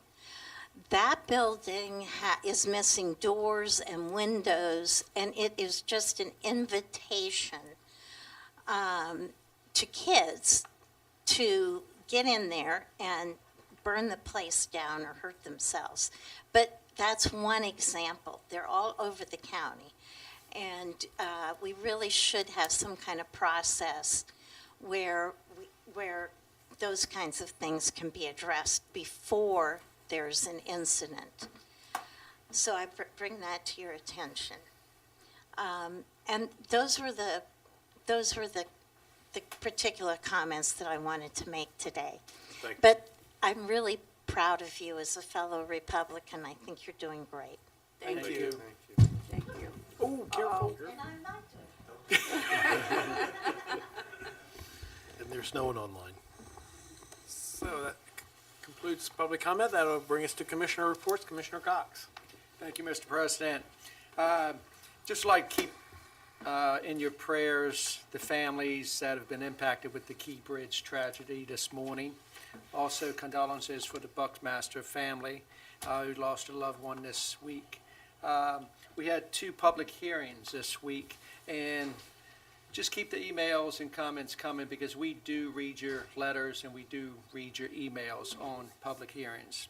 Had the opportunity to attend the Soil Conservation Dinner this week, and we recognized Margaret and Michael Phipps, amazing lady who works every day and goes home on the farm and works again. And I'm going to leave my comments at that. Also attended the fundraiser for the Hospice of the Chesapeake this week, and what a wonderful organization we have that we need in times of need. And that was a very good fundraiser this week. I also had the pleasure of visiting Barstow Elementary this week. The school principal, Mrs. Wiesman, was very, very receptive to us. Caroline Trosbach was with me. And I see on the board we do have some pictures of the classrooms. The students were great. We went to Mrs. Revera's class, we went to Mrs. Vaga's class, and Mrs. Reed's class, all on the same day. And we showcased a book, The Farm Boots. And we talked a lot about growing things on the farm and animals and so forth. And what impressed me, I received a lot of thank you cards this week. And you can see all the thank you cards here this week. And we handed out seeds that day. But each one of these thank you cards, you know, sunflower, planting the garden, you know, pumpkins, cows and garden. It was a wonderful time. You know, you say, you know, you're going to spend a whole day at a school and then, you know, you didn't get any work done that day. And when you see these thank you cards come, it's a real pleasure to go to these schools. And we always hear the negative on schools, but to hear the positive and to sit down with these kids and try to answer some of their questions was it was a pleasure. What else do I have? Hope everyone has a safe and happy Easter. Thank you, Mr. President. Thank you. Commissioner Irwin?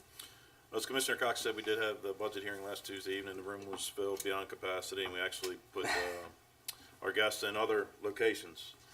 Had a lot of people testify. It was primarily teachers and support staff. They're always very important to work with. We don't want to lose our teachers. We're facing a lot of challenges as far as that goes.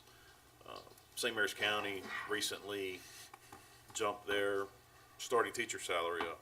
We don't want to lose our teachers in St. Mary's County. We want to keep them here if we possibly can.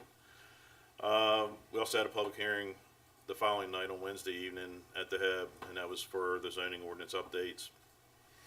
Make sure you follow that, because that's going to affect us for several years to come. It's very important. As I was also at the Soil Conservation Dinner, seeing Mike and Margaret Phipps get recognized. I read at Plum Point Elementary School, Mrs. Griever's first grade class, and after reading, they actually had a game. It was kind of fun. It was a matching game, and had set up little different types of farms at 6 different tables, and I had flashcards, and I showed the kids, okay, where would milk come from? Dairy farm. Where would chicken come from? Poultry farm. But then you would throw a taco up or spaghetti up, and they'd have to determine whether it came from grain farm or just add them all together. But it was neat seeing those kids interact. It was, like this Commissioner Cox said, it's truly a pleasure seeing those kids at first grade and seeing their interest in agriculture here in the county. 23rd, which was Saturday, they had gravesite marking for Patriot Harrison. It was supposed to be on Cox Road at the gravesite itself, but of course, the weather wasn't exactly great Saturday morning unless you were a fish, and then it was wonderful. But they had it at All Saints Church, which was very appropriate. A little bit of history from All Saints Church. I learned it was built between 1775 and 1777, and that church was actually paid for by the proceeds from tobacco. A lot of the pews in that church still had the names of the original occupants of those pews from back in the day, and they too paid for the pews with the proceeds from tobacco. Freelands, Ireland's, a lot of county names. It was very neat to see that, and it was old Calvert County there. The church was full. All Saints was full. So that was good to see. A lot of proud Americans. You had Sons of the American Revolution, Daughters of the American Revolution present there, and they did a wonderful job recognizing Patriot Harrison. One announcement I want to make is that Project Graduation is funded every year through CASA. They're having Comedy Invasion, which will be April 5th at Huntingtown High School. If you're interested in coming out, it's drug-free, alcohol-free night event at Huntingtown High School. The comedians are usually very good. You can, if you want tickets for that, you can reach out to CASA. Their phone number is 410-535-3733. And the only other thing I wanted to add was I encourage your attendance at the Osprey Festival. It's next Saturday. Last year it was a rainy day. It's held down at Drum Point. Beautiful venue down there. A lot of birds. You know, it's not just watching the ospreys, but they have hawks and different raptors come in. They have a bald eagle typically there that, you know, kids can see up front, and a lot of children's activities. This is a good event. Any ducks? Maybe a yellow rubber duck? No, I didn't see any ducks. Maybe this year. All right, that's all I have. Thank you. Commissioner Hart? Oh, yes, sir, Mr. President. I just want to echo what Commissioner Ireland and Cox said. I was at Patuxent Elementary and Appeal Campus, and the most impressive thing is how the teachers handle all those little ones. You know, they got them on point. You know, did you give lessons over there, Drill Sergeant Willis? I did not, sir. They knew where to be on the mats and had great questions, and that was a lot of fun. And as Commissioner Hand said, Parks and Recs did the 7th annual duck race, which helps kids in fun summer camps, and that was, oh Lord. Yeah, here we go. That's Commissioner Hart on the diving board, in case you don't. I wanted to wear the thing, but my wife would not allow me. She thought at this age I would get hurt. I told her I did a lot crazier things as a kid. That was the most impressive piece I did. If you could show that again, not that one, but this one here. This took a little bit of training here. Can we show that part again? Yeah. Bring it back. Bring it back. This part gets a 10. Yeah. That took some work. That took a little work, but yeah. So. But they raised over $3,000. Thank you, Commissioner Hart. Yeah. So that was fun, and I just want to wish everybody a happy Easter. Thank you. Mr. Grosso? Okay, I attended the staff budget meeting on March 19th, and there were a lot of comments from teachers, and Dr. Townsend presented his budget, I think, and we're in a tight spot, but we're keeping the children first and foremost as we go through this budgeting process. We had a joint workshop on the 20th regarding zoning ordinances. This is your time to get involved, to make your comments. Your zoning ordinance is the meat and potatoes of your comp plan. This is the most important process that we're going through that relates to the comprehensive plan and zoning in our county. Shame on you all if you don't get involved, because this is a golden opportunity that staff has given and that the commissioners have given. I read to students at Mount Harmony School, kindergarten class, Mrs. Windsor. Principal Taft took me on a tour of the school. This is his last year teaching there. And one thing I noticed, These teachers and staff make these children feel like they are the most important part of their day. They exchange words. These children had manners. They said, good morning, Principal Taft, you know. They said good morning to me, and I was just like, wow, what are they doing? Because they are really doing a great job. I really enjoyed it. I did not play the game with them because I'm a big talker, and I got to talking to them about everything having to do with farms. I had on my farm boots for when I inspected stockyards, and we talked about spring break. I got off on other things, but it was so much fun. I really enjoyed it. That night, I attended Calvert Marine Museum's volunteer night. It was very heavily attended. The value that their volunteers give to Calvert Marine Museum, if you put it in dollars and cents, is over $1 million. And that is just phenomenal. Was at the hospice gala as well, always a fun time. I went last year, danced my head off, didn't dance this year, I don't know why. But I always tap Was that my by toe. request? No, it might have been by request.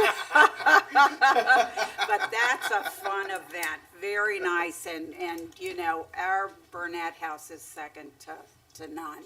And it's a great facility.